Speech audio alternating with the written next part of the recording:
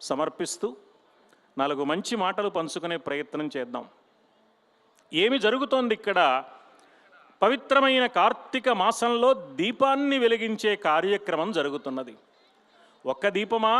కాదే, కోటి దీపాలు వెలుగుతున్నాయి. ఎంత ఆశ్చర్యకరమైన విషయం! దీపమే ప్రతీక, దీపమే ప్రతీక శాంతికి, దీపమే విజ్ఞానమునకు తిరమగు తెరువవు. దీపమే ప్రతీక శాంతికి, దీపమే విజ్ఞానమునకు తిరమగు తెరువవు. దీపమే ఆనందమునకు ప్రాపగు, దీపమే ఆనందమునకు ప్రాపగు. ఆ దీపమునకు ప్రణతులనర్తున్.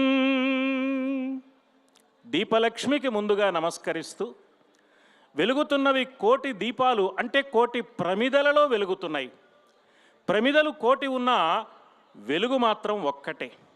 ఎందరెందరో భక్తులున్నా అందరి అంతరంగంలో కొలువు తీరిన పరమాత్మ ఒకే ఒక్కడు అన్న అఖండమైన అద్భుత సత్యాన్ని మనకు దీపము తాను వెలుగుతూ మన అంతరంగంలో ఆ జ్ఞానదీపాన్ని వెలిగిస్తూ ఉన్నది.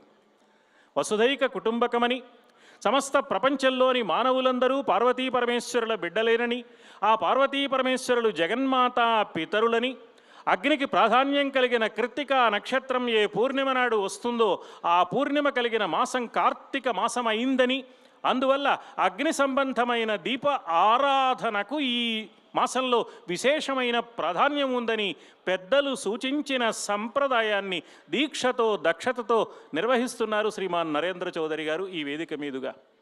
ఒకనాడా 2 నాళ్ళ ఇన్నేసి రోజుల పాటు, ఇన్ని సంవత్సరాల పాటు దీన్ని నిర్వహించడంలో ఉన్న దీక్షా దక్షతలు చూస్తే మనకు ఆనందం కలుగుతుంది, ఆశ్చర్యం కలుగుతుంది. వారి అంకిత భావానికి అంజలి ఘటించాలి అనిపిస్తుంది. అంత వైభవంగా ఈ కార్యక్రమం జరుగుతోంది. ఇలా జరుగుతుంటే అగ్నిర్నఃపాతు కుత్తికా అన్న వేద మంత్రానికి వివరణ రూపమైన వ్యాఖ్యానంగా ఈ కార్యక్రమాలు సాగుతున్నాయి. ఎన్ని కార్యక్రమాలు! ఎక్కడెక్కడి దేవతామూర్తులు ఇక్కడికి విచ్చేయడం. ఈవేళ కంచి నుంచి